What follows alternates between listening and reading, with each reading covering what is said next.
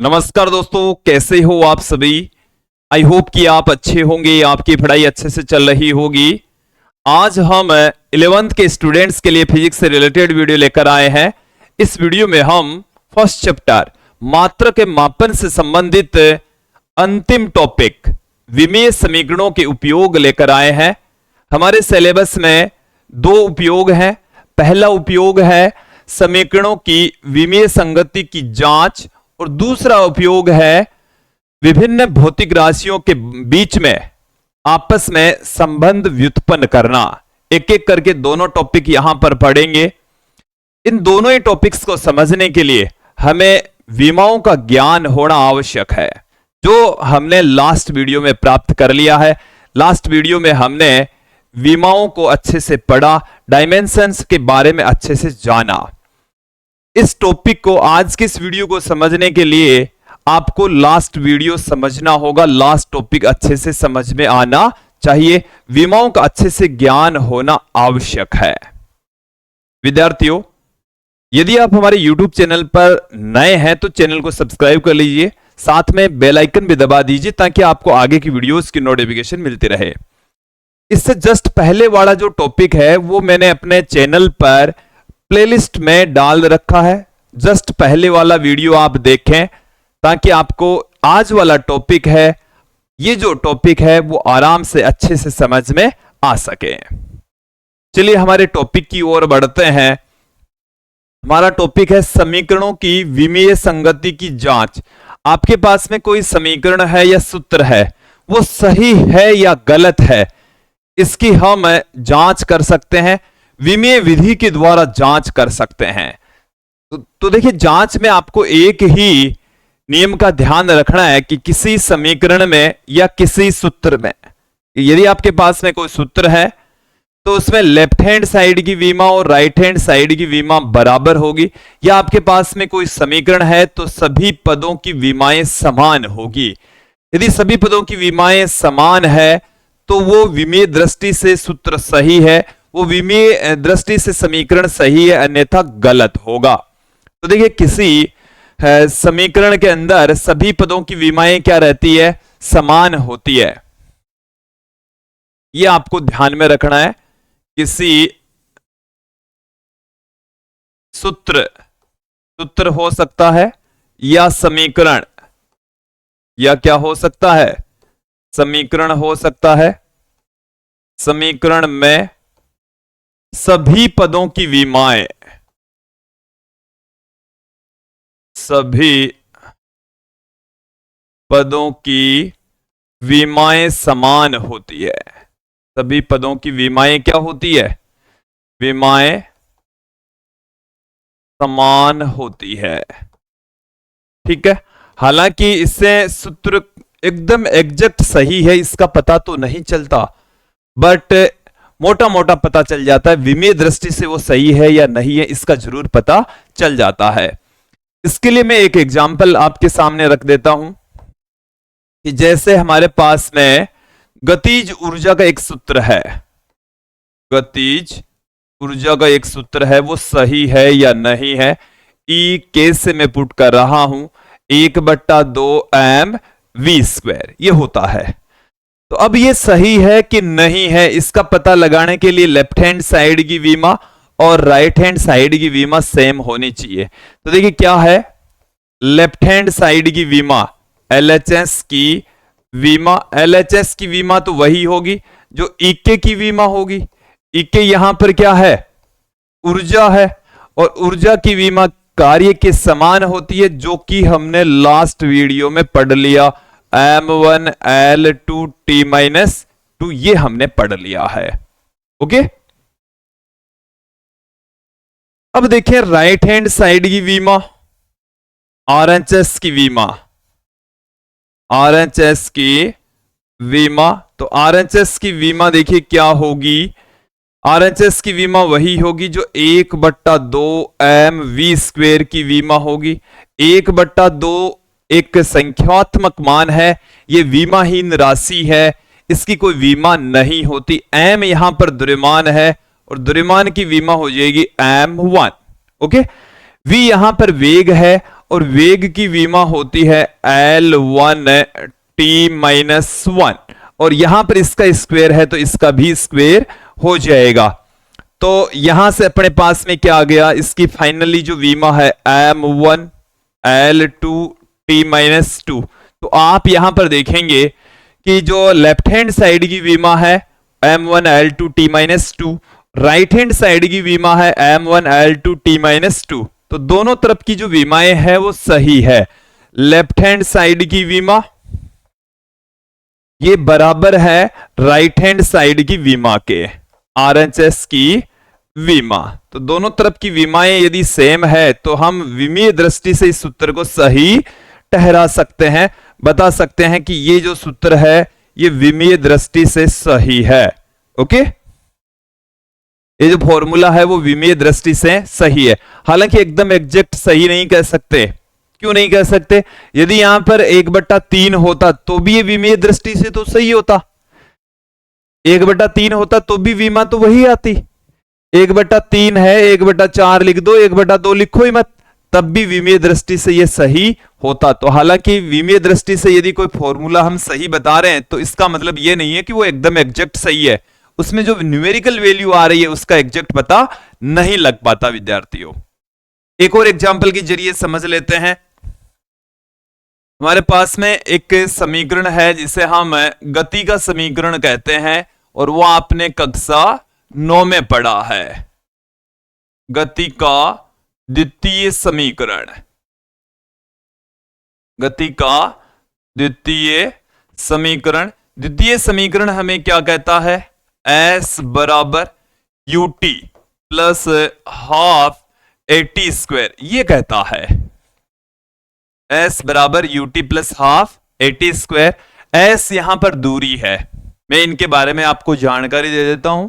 S क्या है, पिंड द्वारा तय की गई दूरी, और u यहां पर है प्रारंभिक वेग, जो कण है उसका प्रारंभिक वेग। t यहां पर समय है, t क्या है, समय, और a है वो है एक्सेलरेशन, त्वरण, यही राशियां हैं। अब यहां पर यदि इनकी विमाएं देखें तो विमाएं क्या होनी चाहिए, सभी पदों की विमाएं समान होनी चाहिए। सभी पदों की विमाएं क्या होनी चाहिए, समान होनी चाहिए। तो ये जो समीकरण है वो सही है, अन्यथा ये समीकरण ही गलत है। चलिए सबसे पहला पद ले लेता हूं मैं, S की विमा। तो S की विमा ये तो दूरी है, और दूरी की विमा क्या होगी, दूरी की विमा होगी L1। इसे आप ऐसे भी लिख सकते हैं, m की घात 0 L1 और t की घात 0 लिख सकते हैं। दूसरा जो पद है वो हमारे पास में है ut। तो ut की जो विमा है वो देखें आप क्या होगी, u है प्रारंभिक वेग। तो वेग की विमा क्या होती है, L1 t-1 होती है। फिर t समय है जिसकी विमा t1 होती है। तो फाइनली जो विमा निकलकर हमें मिल रही है m की घात 0 L की घात 1, तो t की घात -1 और +1 क्या हो जाएगा, 0 हो जाएगा। ठीक है। तीसरा जो पद है वो हमारे पास में है 1/2 AT स्क्वायर। तो इसकी विमा आप देखें वो हमारे पास में क्या है, 1/2 तो एक न्यूमेरिकल वैल्यू है, ये विमाहीन मात्रकहीन राशि होती है। ए यहां पर एक्सेलरेशन है जिसकी विमा हो जाएगी L1 t-2, और t इसकी विमा है t2। तो यहां से इसकी विमा क्या आ जाएगी, m की घात 0 L की घात 1 और t की घात 0। तो आप यहां पर देखेंगे कि तीनों ही पदों की विमाएं सेम है। S की विमा ये बराबर होती है ut की विमा, ut की विमा ये बराबर होती है 1/2 AT स्क्वायर की विमा, AT स्क्वायर की विमा। तीनों ही पदों की विमाएं समान है, तो हम कह देंगे कि ये जो समीकरण हमारे पास में है ये विमीय दृष्टि से सही है। विमेय दृष्टि से ये समीकरण है वो क्या है, सही है, एकदम एग्जैक्ट है। ओके, तो ये तो था पहला अनुप्रयोग, विमेय दृष्टि से ही सही है, एकदम एग्जैक्ट है, उसका पता नहीं है क्योंकि न्यूमेरिकल वैल्यू का कुछ आइडिया नहीं होता है। ठीक है, आगे हमारा जो दूसरा अनुप्रयोग है वो क्या है कि विभिन्न भौतिक राशियों के मध्य संबंध व्युत्पन्न करना, कि हमारे को कुछ राशियां दी हुई है और ये बता रखा है कि इनके बीच में आपस में कोई ना कोई रिलेशन है, तो उनके बीच में रिलेशन फाइंड आउट करना है। तो एक एग्जाम्पल के जरिए मैं आपको पहले समझाऊंगा, आपको आराम से समझ में आ जाएगा, इसको शुरू से लेकर लास्ट तक आप आराम से देखें, ये वाला जो पार्ट है वो आपको आराम से समझ में आ जाएगा। क्या है, मैं यहां पर किसी सिंपल पेंडुलम के आवर्तकाल के बारे में बताने वाला हूं, उसका सूत्र व्युत्पन्न करने वाला हूं। तो पहले अपन को यह समझना होगा कि सिंपल पेंडुलम है क्या। मैंने एक लास्ट वीडियो में भी आपको सिंपल पेंडुलम के बारे में बताया था, यह भी कहा था कि आपको बताऊंगा दिखाऊंगा, बट आज भी वो याद नहीं है, कोई बात नहीं है। इधर ध्यान दें, ये हमारे पास में एक दृढ़ आधार है, क्या है, दृढ़ आधार, ये छत समझ लीजिए आप, छत या एक मजबूत आधार है। इससे हम क्या करेंगे, ऐसे धागा बांधेंगे और धागे से यहां पर कोई पिंड बांधेंगे, यहां पर क्या बांधने वाले हैं, पिंड, और इसको थोड़ा सा विस्थापित करके छोड़ देंगे तो ये इस तरीके से दोलन गति करेगा, ऐसे जाएगा वापस आएगा, जाएगा वापस आएगा, जाएगा वापस आएगा, इस तरीके से इसकी दोलन गति होगी। ठीक है, तो इसका जो एक चक्कर होता है, यहां से ये चलेगा, यहां जाएगा वापस आएगा, तो इसके एक चक्कर में लगा जो समय होता है उसको हम कहते हैं आवर्तकाल। उसको क्या कहा जाता है, आवर्तकाल कहा जाता है, कैपिटल टी से लिखा जाता है। ओके, देखिए ये जो पिंड है इसका द्रव्यमान हम लेकर चलते हैं स्मॉल एम, इस डोरी की जो लंबाई है इसको हम लेकर चलते हैं एल, और इस पर लगने वाला जो गुरुत्वीय त्वरण है उसको हम लेकर चलते हैं जी से। तो इनके ये कहा गया है कि जो आवर्तकाल है हमारा, जो इसका अनुप्रयोग है वो यही कहता है कि जो आवर्तकाल है कैपिटल टी, ये पिंड लोलक की लंबाई, द्रव्यमान और गुरुत्वीय त्वरण पर निर्भर करता है। तो इनके बीच में आपस में संबंध स्थापित कीजिए, इनके बीच में आपस में क्या रिलेशन होता है उसको ज्ञात कीजिए। चलिए ज्ञात करेंगे, तो कैसे ज्ञात करेंगे, चलिए देख लेते हैं। पहले एक बार इसको समझ लीजिए हम क्या करने जा रहे हैं।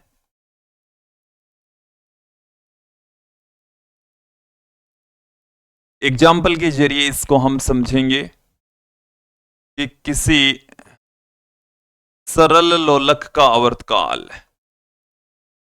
सरल लोलक सिंपल पेंडुलम का आवर्तकाल, आवर्तकाल का मतलब हो गया एक पूरा चक्कर लगाने में लगा समय, आवर्तकाल का मान इसके ऊपर डिपेंड करता है सरल लोलक की लंबाई, सरल लोलक की लंबाई जिसको हम एल से पुट करते हैं, छोटे एल से लिखा जाता है। पिंड के द्रव्यमान, जो सिंपल पेंडुलम है उसमें जो द्रव्यमान लटका होता है, दोलक का द्रव्यमान, जो बॉल है उसके द्रव्यमान और गुरुत्वीय त्वरण पर निर्भर करता है, ये हमें बता रखा है। इतनी जानकारी तो हमें दे रखी, किस तरीके से निर्भर करता है वो नहीं बता रखा। गुरुत्वीय त्वरण पर निर्भर करता है, निर्भर करता है, ये बता रखा है। तो आवर्तकाल का सूत्र व्युत्पन्न कीजिए, आवर्तकाल का, आवर्तकाल का सूत्र व्युत्पन्न कीजिए,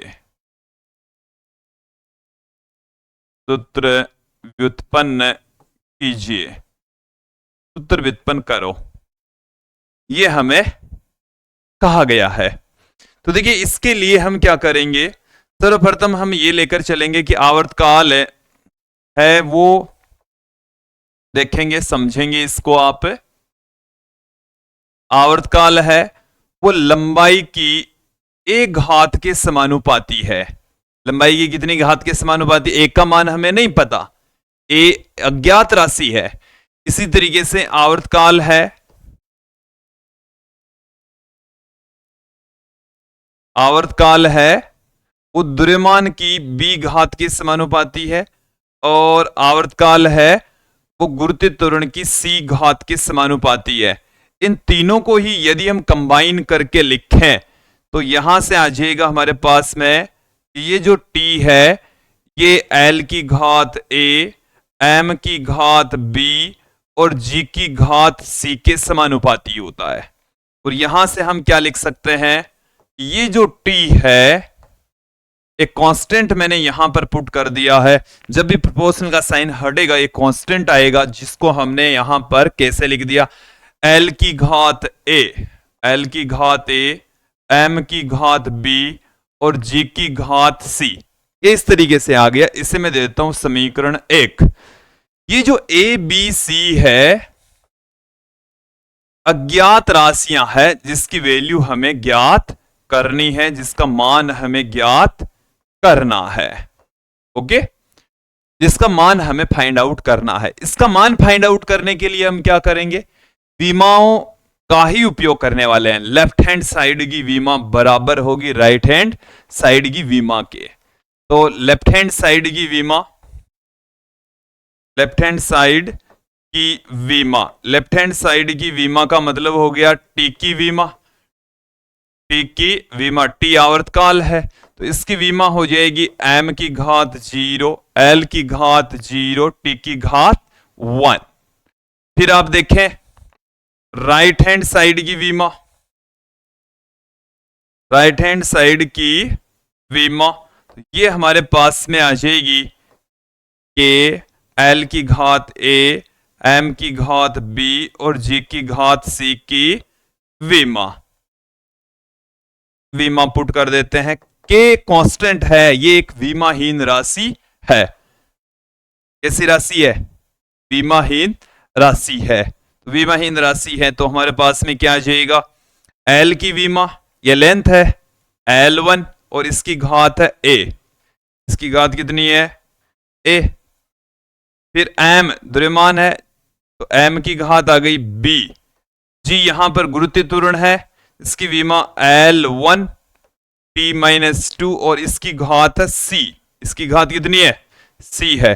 तो फाइनली राइट हैंड साइड की जो विमा है वो क्या निकल कर आती है, M की घात B, M की घात B, L की घात देखो A तो यहां पर है और L की घात C यहां पर है तो A प्लस में क्या आ गया C, और T की घात देखो क्या आ रही है -2 और उसकी घात है C तो -2C। ये आ गई अपने पास में M की घात B, L की घात A प्लस C और T की घात -2C।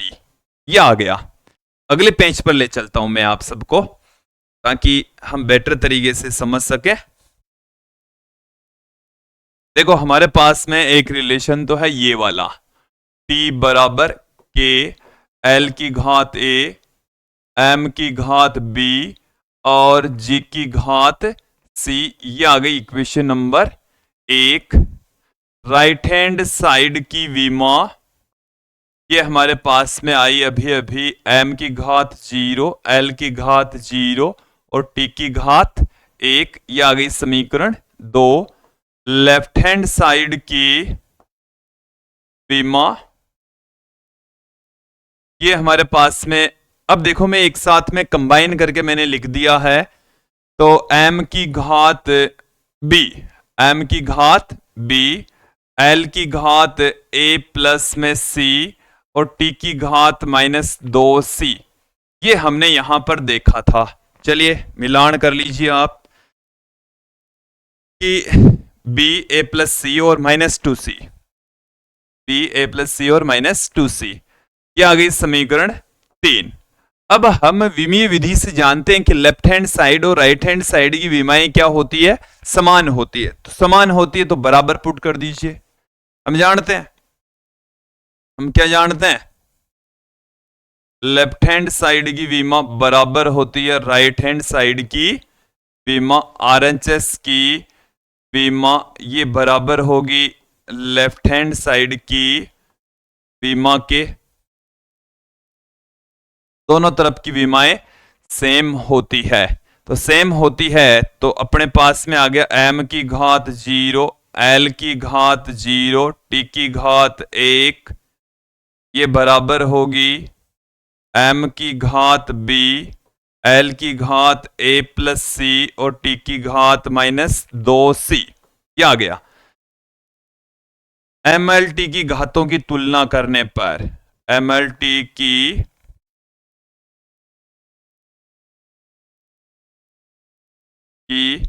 घातों की तुलना करने पर, घातों की तुलना करने पर, घातों की क्या कर देंगे, तुलना कर देंगे। तो तुलना करेंगे तो देखिए इधर तो m की घात कितनी है 0, उधर है b, तो b बराबर अपने पास में आ गया 0। b की वैल्यू तो कितनी आ गई है 0 आ गई है। फिर a प्लस c बराबर अपने पास में आ गया 0 और यहां से आ गया माइनस में 2c बराबर 1, 2c बराबर 1। तो देखो यहां से b का मान तो अपन को प्राप्त हो गया, एक वैल्यू तो आ गई। यहां से c बराबर देखें, c बराबर आ गया -1/2। यहां से आप देखें a बराबर आ जाएगा माइनस में c और माइनस में c, तो इसका माइनस से गुणा करेंगे तो एक का मान आ गया 1/2। तो ABC का मान समीकरण 1 में रख देंगे हम। ABC का मान किस में रखेंगे, A B C का मान समीकरण 1 में रखने पर, समीकरण 1 में रखने पर 1 में रख देंगे, क्या आ जाएगा अपने पास में t बराबर k, l की घात a है, a का मान कितना है 1/2 है, 1/2। m की घात b, m की घात b इसका मतलब है 0 और g की घात है c, g की घात है c जिसका मान है -1/2, -1/2।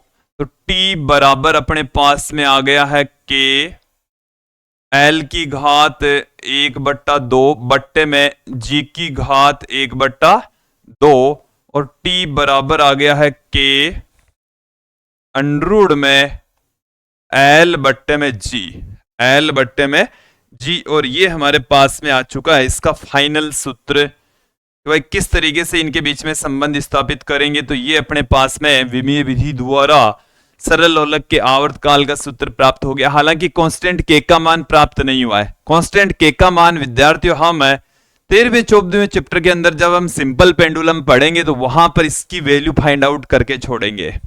ओके, तो यहां तक ही आपको निकालना है किस तरीके से एल जी के ऊपर टी का मान डिपेंड करता है। ओके, तो ये थे विमीय विधि के उपयोग, विमीय समीकरणों के उपयोग, और दोनों उपयोग आपको समझ में आए होंगे।